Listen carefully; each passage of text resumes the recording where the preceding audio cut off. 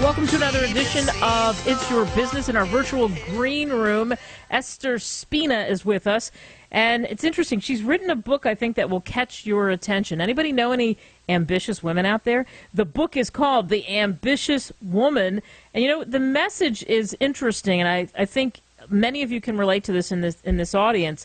The message is that just because you're ambitious, it doesn't have to be a negative word. It doesn't have to be a bad word, have any kind of connotation like that for women who are in business. What's so wrong with going for it, and how can you still, be able to find your balance, find your way, and all that other kind of stuff? Esther, thanks so much for coming on America Tonight. Well, great. Thanks for having me, Kate. What made you put together The Ambitious Woman? What was the thing that drove you to write this book?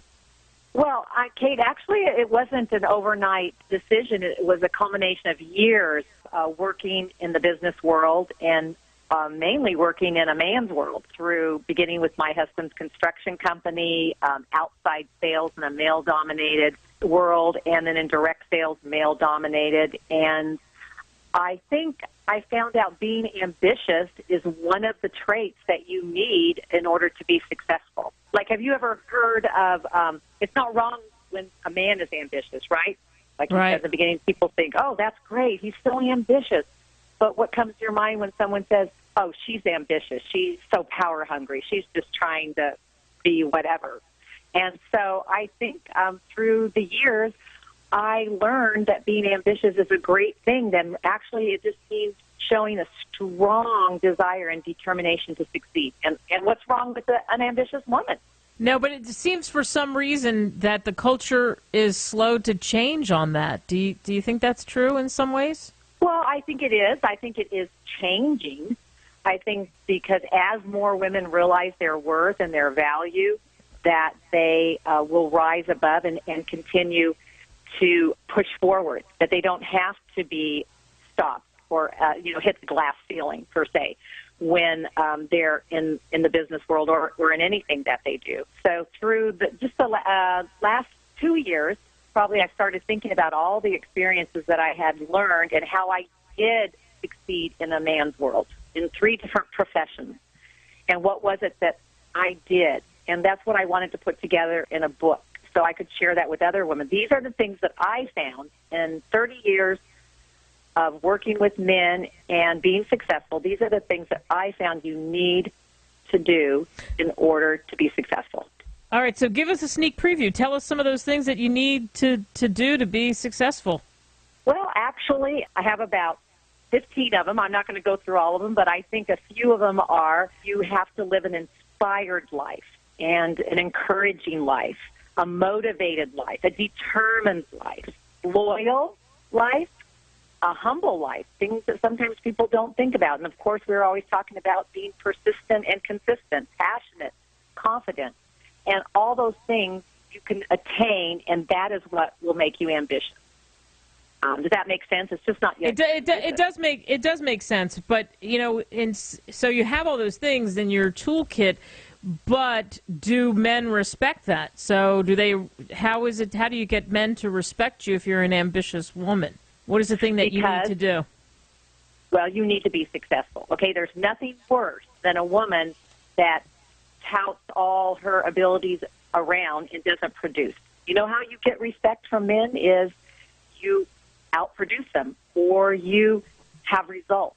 If you don't have results and you're late all the time or you can't produce what you need to do, then of course you're not going to get respect. And it takes time, though. Even once you start having success, some men are not exactly, happy about that. But you just keep going because they can't deny numbers. They can't deny success. I think the culture is changing because there are a lot of men out there that we've got a lot of powerful women. I mean, and now I talk about women in my book that you might be familiar with, Barbara Walters, Jackie Kennedy, Diana Nyad, the 64-year-old woman who swam 110 miles from Cuba to Florida. So I think that it just takes time to prove yourself. Well, I And agree. think You're preaching to the choir with me, of course, I because know I am. I'm in a man's world from day one. There's no question. I agree with some of what And you're saying, absolutely. And I think you have to be authentic. If you truly are yourself, and this is who you are, men respect that. Not if you're trying hard to be something you're not, but that's anybody, I think. Well, yeah. Why I just thought about that. Sure, Kate. I mean, you've interviewed, been on sports. One of two women ever to host sports. And oh man, when I see that, when I saw you on TV, I just love it. I'm just like, yes, because you proved to all of them that you know what you're talking about. Now, if you got up there and didn't know anybody's names and you stumbled all around, I don't care how good looking you are or what, you're not going to get the respect. Yeah. But I do believe that men are coming around and they're seeing that women are valuable in their business. And I think a smart man realizes that, and they want a smart woman on their team. They want them because it makes them look good, too.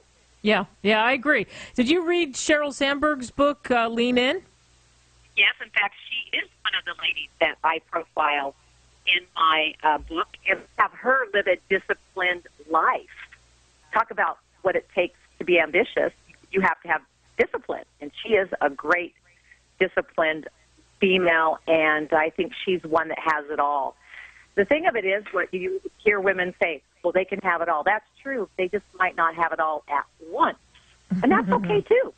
But they can absolutely. have it. Absolutely. You can have it. Yep, I agree with you. Esther Spina, very nice. The Ambitious Woman. Can we get it on Amazon? Where can we get the book? Yes, on September 2nd, it launches on Amazon, and it's real easy. The Ambitious Woman. Can't forget that. What it takes and why you want to be one. I love it. All right, Esther, good luck with the book, and thanks for coming on. Thanks, Kate. Good night. Bye-bye. All right, thanks to Esther, of course, for that. And she mentioned her book is coming out, The Ambitious Woman. What do you guys think about that? Sheryl Sandberg, I mentioned her name. I was looking at Forbes, and they listed the top women, and, of course, she's number one. She's been the Facebook COO for 4 years, and she went through that whole $100 billion IPO that happened, and she is on the board of directors obviously for Facebook and has climbed an interesting ladder. And then there's others too. If we were looking at the top of the chain, at PepsiCo, they've got a female CEO, and I know that she's incredibly popular. And certainly the list goes on and on of women who have climbed to the top, but it's just kind of a question of the balance, like we were talking about there, living a balanced life. How many of us have a balanced life? Even the chairman and CEO of Kraft is Irene Rosenfeld, and I know that she kind of grew up through the whole business ranks, and she ranks up there in the top 10 of Forbes, and pushed her way through and was able to have a family and do all the other things and try to balance that whole thing out. I mean, that's probably what the bottom line is mostly for everybody. It's the balance, and things have changed from the 30s, 40s, 50s to what we see today. Now I get notes from many of you who say your mother worked XYZ jobs to help push you through school, and you had nothing but respect for her when we were doing a thing on Mother's Day because of what she did in trying to raise a family and trying to pull money in the door, too, as well. So I think there's a lot of people that we can point to, and I think that Esther's right. Things are definitely changing. It's a matter of respect, and it's a matter of being competent, period, man or woman, at whatever it is you do, especially in the world we live in now because of all the entrepreneurs. The world is changing in business. You have your traditional corporations that have morphed even a little bit. It's like somebody told me the other day, it used to be the ladder, climbing the ladder to success. Like I think of my grandfather, who was a truck driver, and then he ran the company, and it was a giant company, Owens Corning, if you remember that, the insulation people. And so that was a ladder. You're climbing up the ladder. Now it's like a jungle gym. So it's maneuvering the jungle gym. Anyway, stay with us. Much more to come here on this version of America Tonight.